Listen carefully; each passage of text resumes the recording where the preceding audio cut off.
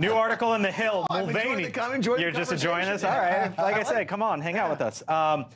The primary voters Trump should be worried about. Show the full screen, because this is essentially what Mick was talking about. State of South Carolina, his home state. What happened there over the weekend? We know with Trump and Haley, it was basically 60-40, except it wasn't, because Ron DeSantis picked up about 3,000 votes.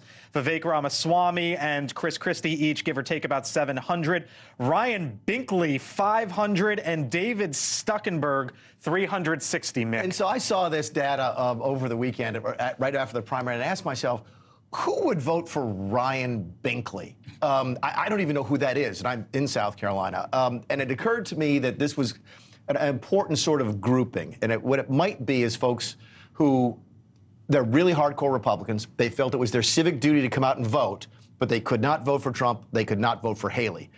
I'm worried, as a Republican, that those folks are not coming back. That if Trump is the nominee, these folks are not going to vote for him. And it's only 1%. And South Carolina doesn't mean a difference. You see similar numbers like that in Michigan, Arizona, North Carolina. Then it becomes a problem. I think the Haley voters come back. The Haley voters who are Republicans. There's some Haley voters who are independents and Democrats, because a lot of these are open primaries. The Republican Haley voters like Trump policies. They're coming back. But if you voted for Ryan Binkley, I think your days of being in the Republican Party are over. I'm not sure how many times, Roma, you pushed back against Mulvaney in the White House, but you're going to push back against on him now, or no?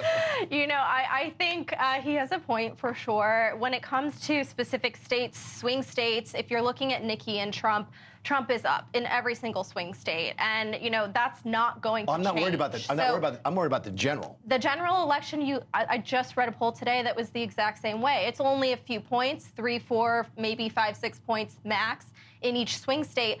But Trump is beating Biden right now. And so I think that's why you're seeing the White House make a lot of moves that they wouldn't normally do in a time that's still very far out from the election, because they realize I get all that. People are paying attention right now. I think Trump is leading right now. I think the election Trump would win if the election were. I'm not arguing that. What I'm saying is I worry in such close races if I would be worried if either candidate is losing their base. We're going to talk a little bit about... State of Michigan was like 10,000, right, in 2016, somewhere in there, give or take? Democrats losing Palestinian Americans in Michigan. If Trump is losing some of the Republican base... Again, this is a Republican primary. Hey, listen, forgive me for interrupting. No, go ahead. The election is now. We may be 9, 10 months out, but the election is now. And more importantly, both of these very unpopular candidates, they're going to both take some hits of people staying away or writing in their parent's name or something. They're going to both suffer from that. It may matter in swing states, but overall it's not going to have a big impact on the election results. But I don't know if you can say those two things at the same time. If it has a big impact in a swing state, it may have an impact in the election. I'm a lawyer. I can do it. Thank you for watching. And make sure you go to joinnn.com to find NewsNation on your television provider.